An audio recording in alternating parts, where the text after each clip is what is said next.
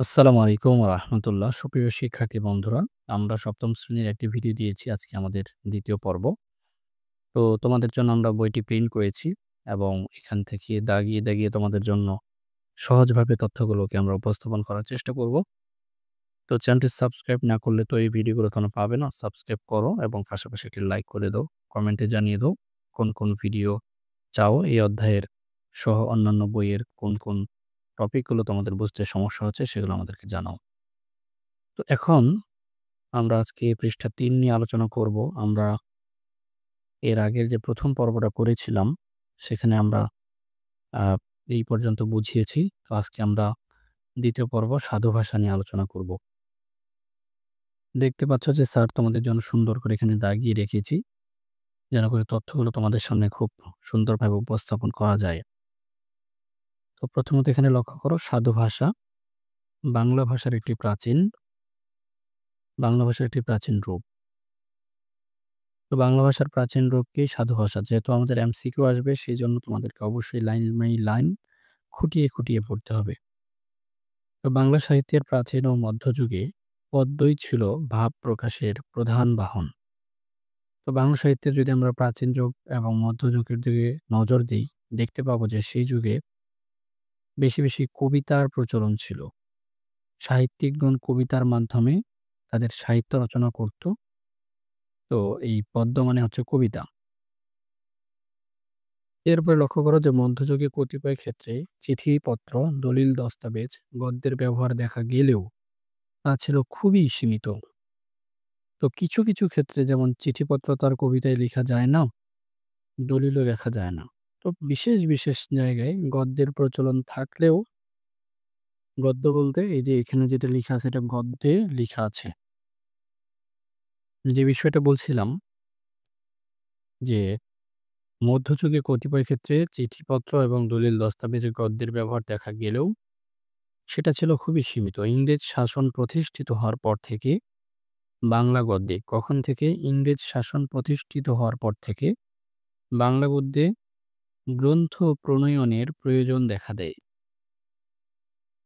তো এই জায়গাটা একটু ভালো করে পড়বে, এটাও একটু ভালো করে পড়বে। ১৮০০ খ্রিস্টাব্দে খুবই গুরুত্বপূর্ণ যে ১৮০০ খ্রিস্টাব্দে কলকাতা বিশ্ববিদ্যালয় প্রতিষ্ঠিত হওয়ার পর কলকাতায় প্রতিষ্ঠিত কি ফোর্ট উইলিয়াম যে কলেজ, এইটা যখন প্রতিষ্ঠিত হয় কলকাতায়, তো এইটাকে কেন্দ্র করে গদ্য চর্চা শুরু হয়। খুব গুরুত্বপূর্ণ তথ্য। ১৮০০ খ্রিস্টাব্দে কলকাতায়, কোথায় প্রতিষ্ঠিত হয়? কলকাতায় ফোর্ট উইলিয়াম কলেজ। এই কলেজকে কেন্দ্র করে গদ্য চর্চা শুরু হয়। সেদিনকার গদ্য লেখকগণ গদ্যগ্রন্থ রচনা করতে গিয়ে মূলত নির্ভর করলেন সাধুজনের মধ্যে ব্যবহৃত সংস্কৃত ভাষার উপর। তো সেই সমাজের মধ্যে যারা শিক্ষিত, মার্জিত, আ উঁচু স্তরের জ্ঞান রাখেন এমন যারা ব্যক্তি ছিলেন সাধু, তো তাদের যে ভাষা সেটার উপরে মানে তারা নির্ভর করলেন এবং আ সমাজের মধ্যে যারা ধর্মীয় দিক থেকে আসলে অন্যদের চেয়ে অগ্রগামী, সেই ব্যক্তিদের যে ভাষা সেটার উপরে জোর দিলেন। তো এই ভাষাটা ছিল একটা সংস্কৃত ভাষা, যে ভাষায় হিন্দুদের ধর্মগ্রন্থ রচিত। তো ১৯ শতকের দিকে, ১৯ শতকটা কত থেকে কত? ১৮০১ থেকে ১৯০০ সাল। এইটা হচ্ছে তোমার ১৯ শতক। তো ১৯ শতকে বাংলা গদ্যের যে লিখিত রূপ গড়ে ওঠে, তার নাম দেওয়া হয় সাধু ভাষা। প্রশ্ন আসবে যে ১৯ শতকে বাংলা গদ্যে যে লিখিত রূপ গড়ে ওঠে তার নাম দেওয়া হয় সাধু ভাষা। এরপরে দেখো যে সাধু ভাষা সম্পর্কে ভাষাচার্য সুনীতিকুমার চট্টোপাধ্যায় লিখেছেন যে সাধু ভাষা সমগ্র বঙ্গদেশের সম্পত্তি। অর্থাৎ এই সাধু ভাষাটা হচ্ছে সমগ্র বঙ্গদেশ। এখানে আসলে বাংলাদেশ এবং পশ্চিমবঙ্গ ২ টি। তো এর চর্চা সর্বত্র প্রচলিত থাকাতে বাঙালির পক্ষে ইহাতে লেখা সহজ হইয়াছে। এখন মানুষ যদি বাংলা না বুঝে, এখন এই ভাষায় যদি লেখক সাহিত্যিকগণ কবিতা লেখে, গ্রন্থ লেখে, সেক্ষেত্রে কি এই ভাষায় লেখাতে কোনো লাভ হবে? হবে না কিন্তু। এইজন্যই বলছে যে এই ভাষাটা সর্বত্র প্রচলিত ছিল, যে কারণে লেখা সহজ হইয়াছে। বিষয় হচ্ছে আজকে যদি মানুষের সাধু ভাষায় বই লেখা শুরু করে মানুষ কিন্তু পড়বে না। বা এটাতে কিন্তু তখন তাদের সাহিত্য রচনাটা অনর্থক হয়ে দাঁড়াবে। তার কারণটা কি? যে মানুষ সাধু ভাষায় অভ্যস্ত নয়। তাই দেখবে যে এখনকার যত বই পুস্তক লেখা হয় সেগুলো কি চলিত ভাষায়।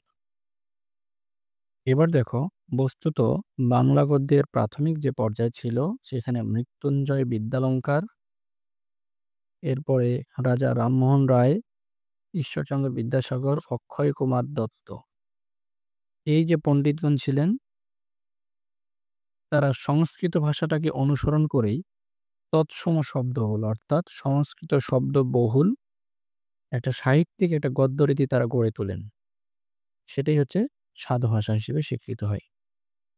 তো এই সাধু ভাষার যে স্বীকৃত যে হয়, কাদের লেখার মাধ্যমে এই সাধু ভাষাটা established হয়?